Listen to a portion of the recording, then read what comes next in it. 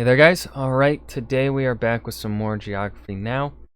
This time we're on to Estonia, so we are back to Europe. When was the last European country? It wasn't the Czechs, was it? No, it was Denmark. Yeah, it was Denmark. Dang, been a while. Before we dive in, make sure you go and check out the links in the description box below. I would love it if you joined the Discord. Let's go ahead and learn about Estonia. Once upon a time, there was a nerdy girl in school who was always getting picked on. One day, the school had a talent show. She took off her glasses and sang with a passion beyond all comprehension. Every guy asked her out after that. That's basically Estonia. Camp Rock? It's time to learn geography now. Hey everyone, I'm your host Barbie. Welcome back to Europe, and we have reached our first country in the Baltic, Estonia. This is gonna get good, trust me. But first, Estonia is without a doubt Europe's little wild card. You never know what you're going to get with these people, but they always seem to surprise you. First of all, Estonia is classified as a North European country. Do not call them Eastern, as it has former USSR connotations that they do not want to be affiliated with. Located on the Baltic Sea, just a short ferry ride south below their brothers in Finland, bordered by Russia to the east and Latvia to the south. The country is divided into 15 counties, or maakunnat, with the capital Tallinn, located in the north just on the Gulf of Finland in the Baltic. However, it's been said that the country kind of rotates capitals around the year, as Tartu is considered the cultural capital with its juxtaposition of classic and postmodern architecture and a myriad of conceptually abstract statues. And then there's a pig? Where the fuck you got a... And that pig was numbered. It had lines on it. New, considered the summer capital with its rockin' beach and bonfire parties. Damn. These three cities also host the largest airports. The country owns over 2,200 islands and islets, and the largest ones being Saaremaa and Hiiumaa, which act as their own counties. When it comes to their borders with Russia, things get a little weird. To this day, many maps of Estonia in Estonia still include the areas of East Narva or Ivanograd, with the two opposing castles facing each other on the river. That's so cool. God, I want castles in America. Can someone, like, draft a castle bill where we just start building castles in America? I just want some castles. You know, there are some really good spots in America that look really good with a castle. Castles make everything look cooler. And the South Petseri or Petserima region, which were respectively annexed by Russia technically, but there's still an ownership dispute, kind of. It's weird. Not only that, but there are also some strange border disparities, like the Narva River waterway exit into the largest lake, Lake Peipus or Peipsi, Peipsi, the largest transboundary lake in Europe. And then there's the Satse But, a part of Russia that overlaps the Estonian 178 road for only 900 meters. Drivers from Estonia are not required to carry permits when passing through on car, but they're not allowed to pass on foot or stop by and pick any of the mushrooms. The Latvian border is pretty simple and straightforward until you get to the town of Valga, in which you get another Haskell Library incident in which the entire town is split in half by the border running straight through street. Why? Why split a town in... Like, at least in the United States, we have towns like that where they're split between states, but that's different. They're still under the same federal jurisdiction. I don't understand this sharing a city with a foreign country. It feels like it just gets so complicated. Streets and roads. Speaking of roads, in the wintertime when the Baltic freezes over, a charming little miracle happens. Estonia gains the world's longest ice road that travels from the mainland to Hiiumaa Island in the west. The road is about 26 kilometers long and operates between January and March when the ice is just thick enough to carry the weight of most vehicles. Speaking of roads again, Estonia has strict rules on wearing reflective clothing at night. If you are caught at night not wearing something that helps others see you, you could get up to 400 euros in a fine. Otherwise, Estonia is quite a charming place with quaint towns and saunas everywhere, and clear Wi-Fi can be found even in the most remote areas in the country. Even in the middle of the forest, which is actually kind of growing pretty fast. Let's explain in... Okay. Okay, I didn't really think it was going to be this easy, but one way you can remember what Estonia is like is that it's really actually kind of stony. Found in the lush forest... I'll let the pun slide, Barbie. I'll let it slide. In meadows, Estonia is actually home to more giant boulders than any other European nation, over 60 of which have diameters over 30 meters giant wide, boulders. all of which protected by the... It's not just a boulder, it's a rock. What was it? Pilgrims used to ride these babies for miles.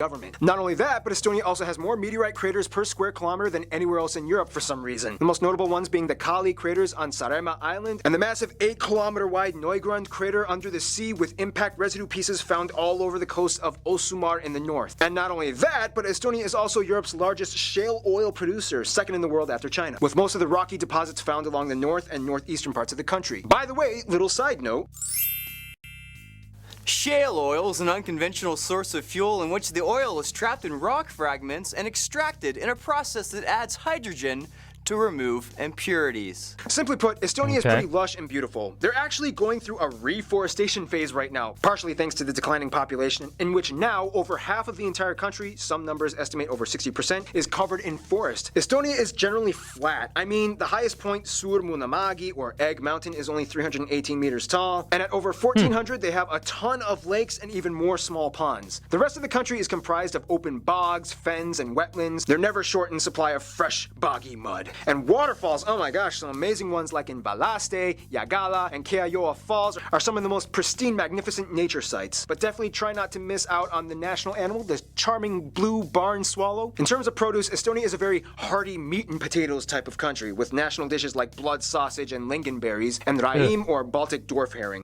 No, but lingonberries slap.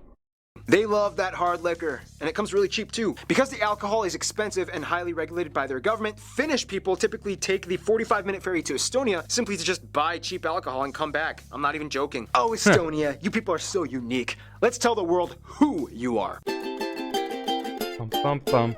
Ah, Estonia, you want so bad to be labeled as Nordic. You're so close, but yeah, not quite there. First of all, the country has about 1.3 million people and has seen a 19% population decline in the past 2 decades. The country is made up of nearly 70% of people that identify as ethnically Estonian, about 23% of the country is Russian, and the remainder are mostly Ukrainians, Finns, and other people groups. The national currency is the euro. They use the Type F outlet and drive on the right side of the road. Estonians speak... Hear that, Britain? Right side of the road. It's correct.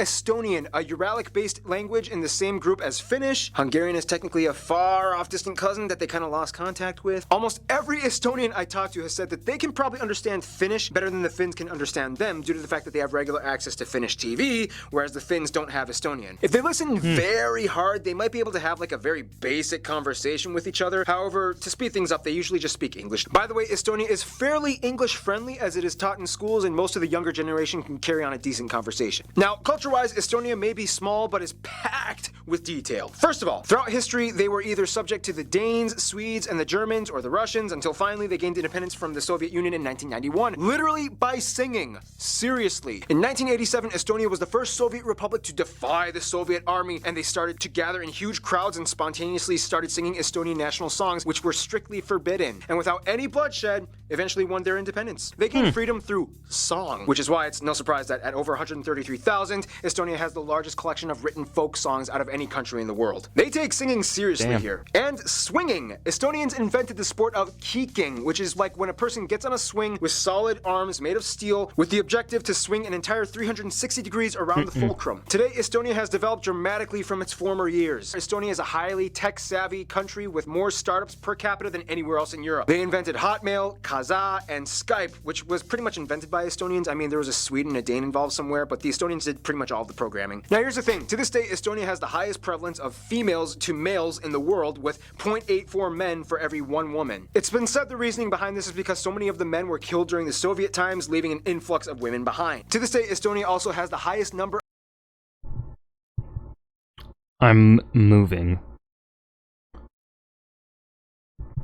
of international fashion models per capita in the world. I mean, after all those years of getting the pick of the litter, I guess Estonians bred some really attractive people. Unfortunately, Estonia also has one of the highest unmarried and single parent ratios in Europe as well. Part of this has to do with the fact that Estonia disputedly has the lowest importance of religion on any country in Europe, as less than 20% claim to be affiliated with any religion at all. Therefore, many people don't really see a need for marriage as grounds to define the relationship, as it has just social and sometimes even religious institutional connotations that has no bearance on their lives, and they choose to just kind of bypass it altogether. To this day, many Estonian children are raised by a single parent who may cohabit with another partner, but almost likely will never get married. Which is funny because they really do well at wife-carrying competitions. We'll explain more about that in the Finland episode. But we will talk more about Finland in...